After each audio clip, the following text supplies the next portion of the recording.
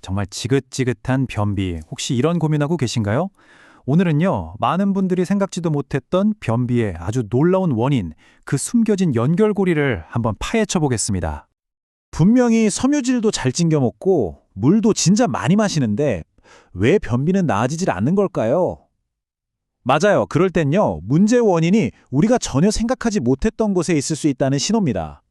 네, 바로 그겁니다. 문제의 시작점이 장이 아니라 훨씬 더 위쪽, 바로 위일 수 있다는 거죠.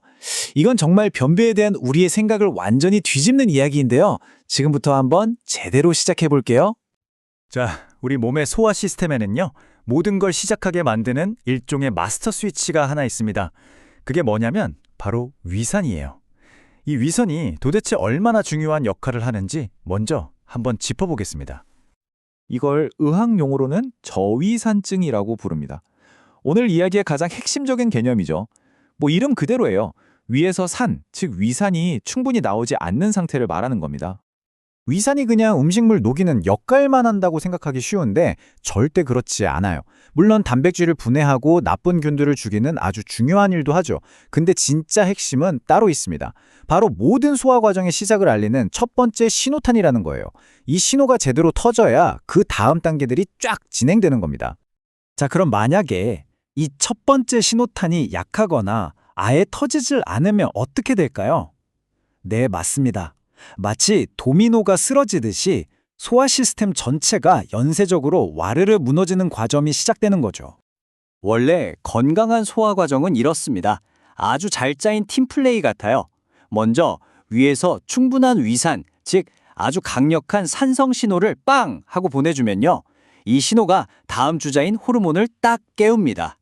그럼 그 호르몬이 오케이, 신호 받았어 하면서 담즙을 내보내고 그 담즙이 마지막으로 장을 활발하게 움직이게 만드는 거죠. 모든 게 정말 착착 완벽하게 맞아떨어지는 거예요. 그런데 말이죠. 이 첫 번째 주자, 즉 위산이 힘이 없으면 어떻게 될까요? 보시는 것처럼 첫 신호가 너무 약하니까 중간에 이 연쇄 반응이 뚝 끊어져 버리는 겁니다. 결국 마지막 단계인 장의 움직임까지 신호가 전달되지 않고 모든 게 멈춰버리는 거죠. 이게 바로 변비로 이어지는 거고요. 근데 문제가 여기서 끝나면 좋겠는데 그렇지가 않아요. 이렇게 소화가 제대로 안 되면 또 다른 골치 아픈 문제를 불러오거든요. 그게 바로 SIBO, 우리말로는 소장 내 세균 과증식이라는 겁니다. 생각해보세요.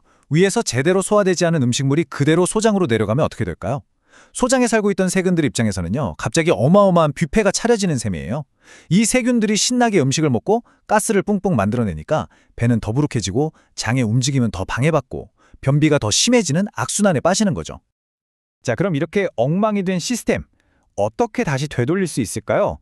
그냥 증상만 잠깐 덮어두는 게 아니라 이 문제의 뿌리, 그 근본 원인을 해결하는 방법에 대해서 한번 알아보겠습니다. 이 표를 보시면 접근 방식의 차이가 정말 명확하게 보이죠? 보통 우리가 먹는 변비약은요, 마지막 단계, 그러니까 멈춰있는 장을 억지로 막 움직이게 하는 거예요.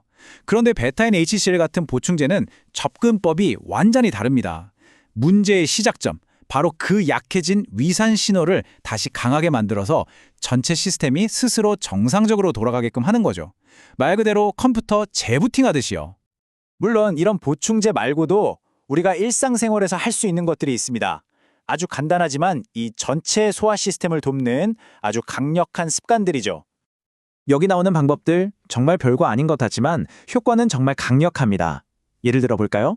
그냥 음식을 천천히 꼭꼭 씹는 것만으로도 우리 뇌에 자, 이제 소화 시작한다 하는 신호를 보내주는 거고요. 식사 전에 딱 몇 번만 심호흡을 하는 것만으로도 우리 몸 전체가 이제 소화할 준비해야지 하고 편안한 상태로 바뀔 수 있거든요. 자, 그래서 오늘 이야기의 가장 중요한 핵심은 이겁니다.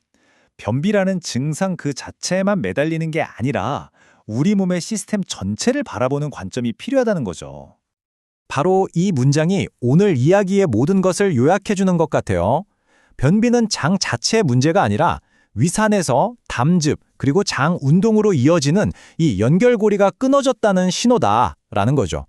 변비는 그저 결과물일 뿐 진짜 원인은 훨씬 더 위쪽에 있다는 겁니다. 어쩌면 우리가 그동안 변비를 해결하기 위해 했던 노력들이 좀 잘못된 곳에 힘을 쓰고 있었던 건 아닐까요? 단순히 섬유질을 더하고 물을 더 마시는 것보다 어쩌면 가장 먼저 끊어진 그 연결고리, 바로 위산을 바로잡는 게 진짜 해결책일지도 모릅니다. 오늘 이야기가 여러분의 소화 건강을 완전히 새로운 시각으로 바라보는 계기가 되었으면 좋겠습니다. 물론 무언가 새로운 시도를 하기 전에는 꼭 전문가와 먼저 상의하는 것 잊지 마시고요. 여러분의 건강한 소화 시스템을 진심으로 응원합니다.